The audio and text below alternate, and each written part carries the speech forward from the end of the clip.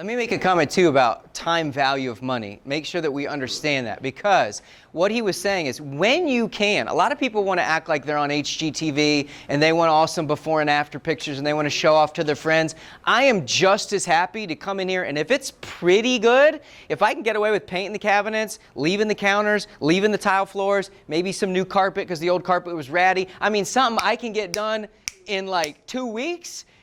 I'll do that all day, every day. I would rather make 20 grand in 2 weeks than 40 or 50 grand in 8 months, right? Like, just get in, get your money in, get out, because the more you tie your money up, the less deals you're able to do, right? It's lost opportunity costs, it's time value of money, it's all of that. So whenever we can, if it's good enough for the area, and you could get, even if you're gonna only sell for $275 instead of $350, you're saving yourself all this headache. And so it made sense when you can do it, if it's decent. Now, a lot of times we're finding these deals and we're getting them so cheap because they need a lot of stuff to bring them up to par and up to the neighborhood. But if you can get away with just selling it cheaper, get it done quickly and move on, makes a ton of sense. So don't think you got to start, oh, I want to blow out this wall and let's open it up and if you can get away without doing it, don't. There's no reason to start, doing stuff that you don't need to do and going. This business is about making as much money in a short amount of time as possible. It's not about getting on TV. You want to get on TV, go try out for American Idol or something. That's a whole nother business. And most of the people doing those deals on TV, I don't even know that they're even making any money. It's all for show and drama, right? This is a different business. And so we want to, It's about mindset. Life's about mindset. And you think all these things, and there's a lot of people who can't understand, like, I would never live in this house.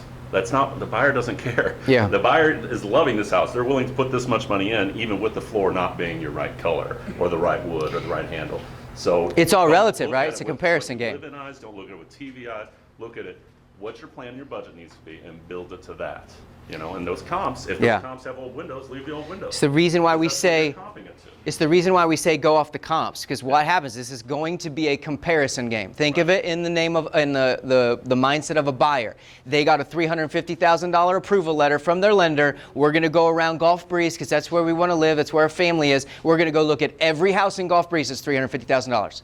Period. Okay?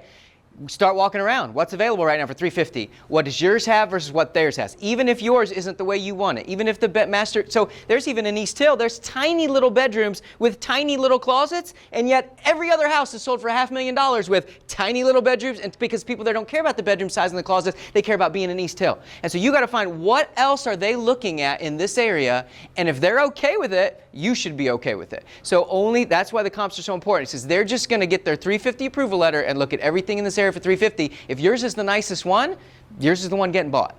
End of story. So don't basically check your ego at the door, because it's not about all that. If it's all about design and look, be a designer. Yeah, exactly. Do that kind of stuff. Overcharge people to design. This is a different business.